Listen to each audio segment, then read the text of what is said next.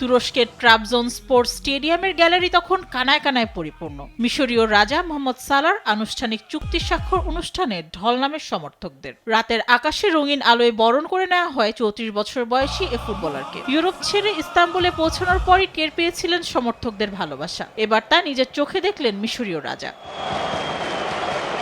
Ronaldo বেনজেমারা Saudi আরবে পাড়ি জমালেও সালাহ বেছে নিয়েছেন তুরস্ককে। সমর্থকদের ভালোবাসায় আবেগে আপ্লুত এই মিশরীয় ফরওয়ার্ড নিজেকে উজাড় করে দিতে ট্রাবজনস্পরকে আরো সাফল্য উপহার দিতে চান সালাহ। তুরস্কে এসে আমি রোমাঞ্চিত।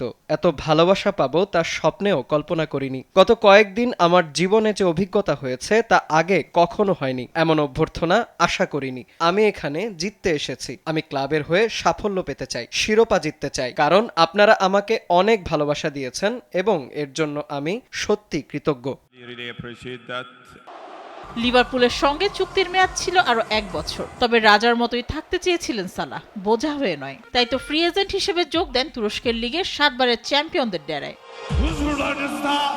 আপাতত 2 বছরের জন্য চুক্তি স্বাক্ষর করেছেন সালাহ। প্রতি মৌসুমে 17 মিলিয়ন ইউরো বেতন পাবেন তিনি। পাশাপাশি সালাহ নামে বিক্রি হওয়া মার্চেন্ডাইজ পণ্যের 20% লভ্যাংশ এবং পারফরম্যান্স বোনাস তো থাকছেই। ইতালিয়ান ক্লাব রোমা থেকে অ্যানফিল্ডে পাড়ি জমিয়েছিলেন মিশরীয় ফরওয়ার্ড মোহাম্মদ সালাহ। লিভারপুলে যোগ দেওয়ার পর থেকে হয়ে ওঠেন অলরেডদের আক্রমণের মূল কাণ্ডারি। 9 বছরের ক্যারিয়ারে 442 ম্যাচে 257 গোল করার অবিশ্বাস্য পরিসংখ্যানই বলে দেয় কতটা ফর্মে ছিলেন। সালাহর দুর্দান্ত নৈপুণ্যে লিভারপুল জিতেছে 2টি প্রিমিয়ার লিগ ও 1টি চ্যাম্পিয়ন্স লিগ শিরোপা। তবে লিভারপুলের সবশেষ মৌসুমটা ভালো কাটেনি সালার। কোচ আর্নে স্লটের সঙ্গে সম্পর্ক তিক্ততায় ভরে উঠেছিল এই ফরওয়ার্ডের। মাঝে একবার বিতর্কিত মন্তব্য করে দলের বাইরেও ছিলেন, মাঠের খেলাও ছিলেন বিবর্ণ। মাত্র 12 গোল করেন সবশেষ মৌসুমে। অবশেষে লিভারপুল অধ্যায়ের শেষে সালার নতুন মিশন তুরস্কে।